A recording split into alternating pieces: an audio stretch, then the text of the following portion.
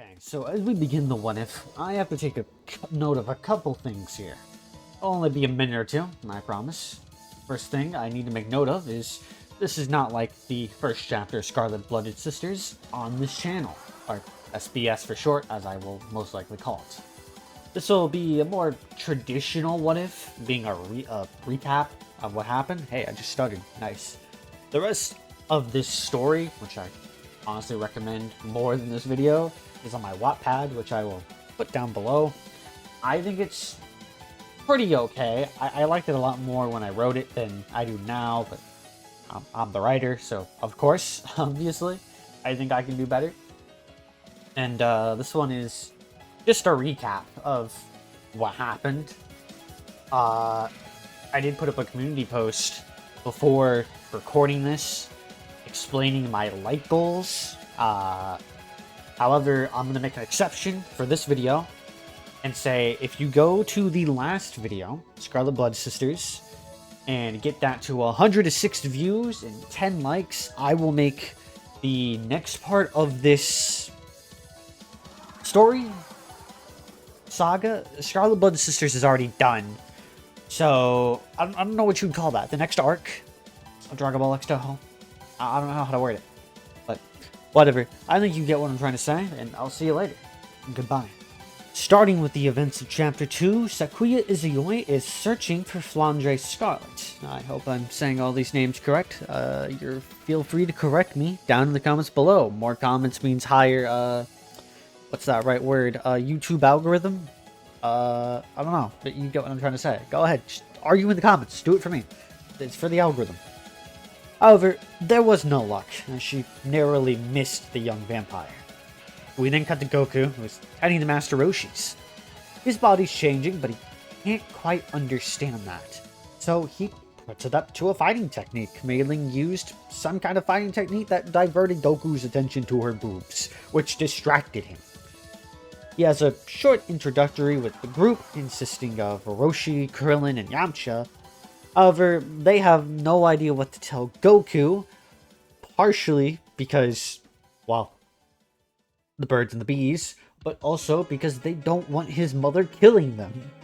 So they offer him to stay for dinner, but despite its cost, Goku declines because his mother is making his favorite food tonight.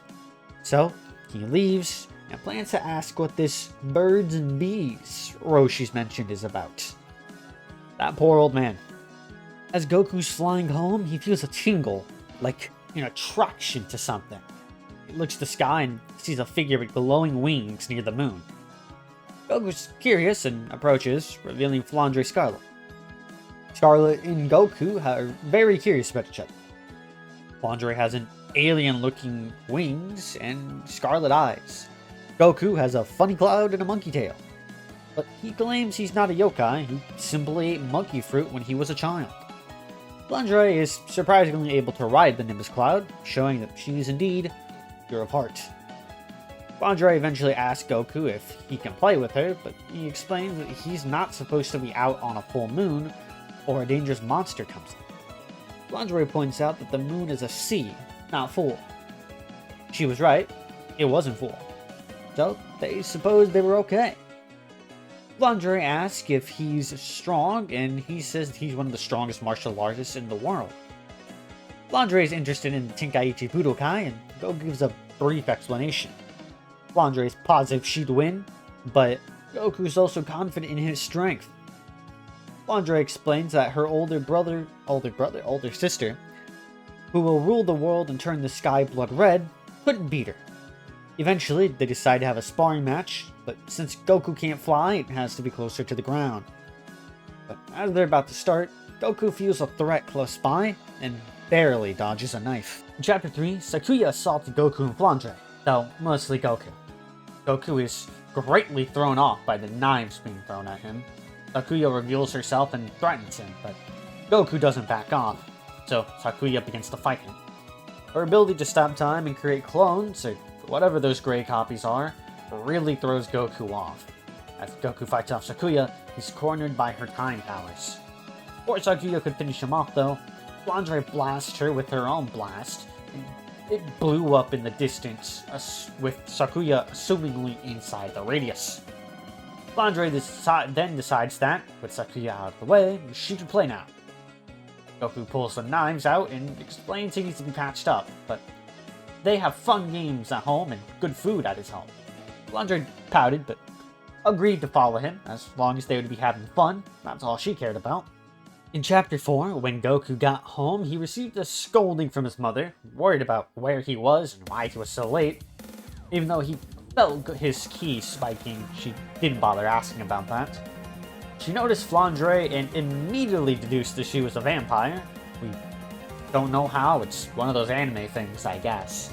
But she then had Goku's wounds treated, where Flandre can confirm that Goku is definitely not human due to his smell.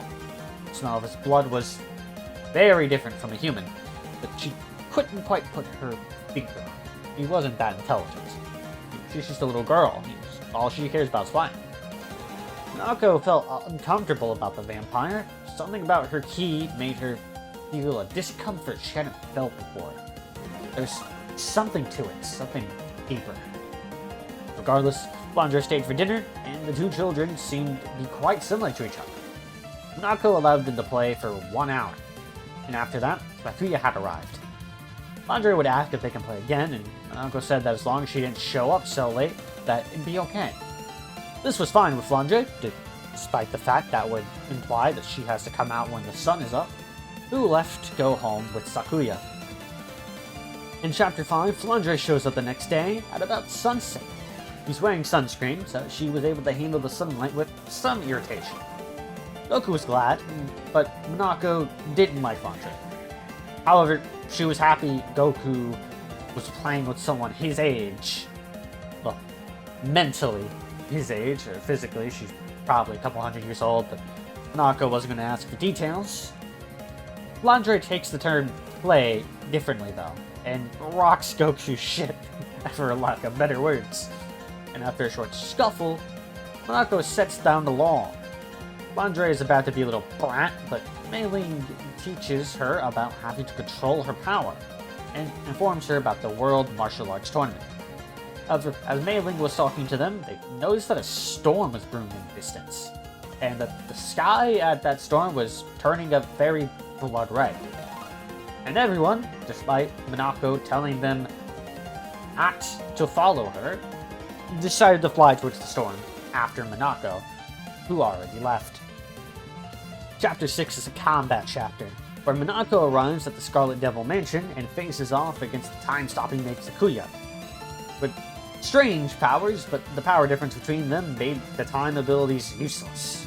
The same could be said with the Magician, controlling knowledge. And then there's Remilia Scarlet herself. The battle between Remilia and Minako was intense, but the vampire was no match for the Shrine Maiden. During the fight, Sakuya and Pacholi had somehow been completely cured of their injuries. A curious thought for Minako, but regardless, Remilia relied on her Faith Field to win over the fight. This field manipulated the scales of fate towards Remilia's favor, but a tip in the scales is not enough to overthrow them. Even with Minako somehow missing attacks, or her own attacks seemingly magically disappearing, Minako was just too strong. And as they were going to finish things up, Goku and Co showed up, where Flandre reveals herself to be Remilia's sister. Shocking, I know. Things take a turn for the worse in Chapter 7 as Minako is taken down by Flandre, and thus the rest of the group have to fight her. Flandre keeps Goku for last as she beats the shit out of everyone else in the group. Before they could finish, Minako hits Flandre away. Reimu quickly steals a senzu bean from Pacholi, and turns out to be the reason why they keep getting back up. But before the group could take the beans, Flandre got mad. And in a fit of rage, Flandre transforms into a new form and threatens to kill not only Minako, but her own sister for trying to stop her for playing. It's all she wanted to do. She just wanted to play.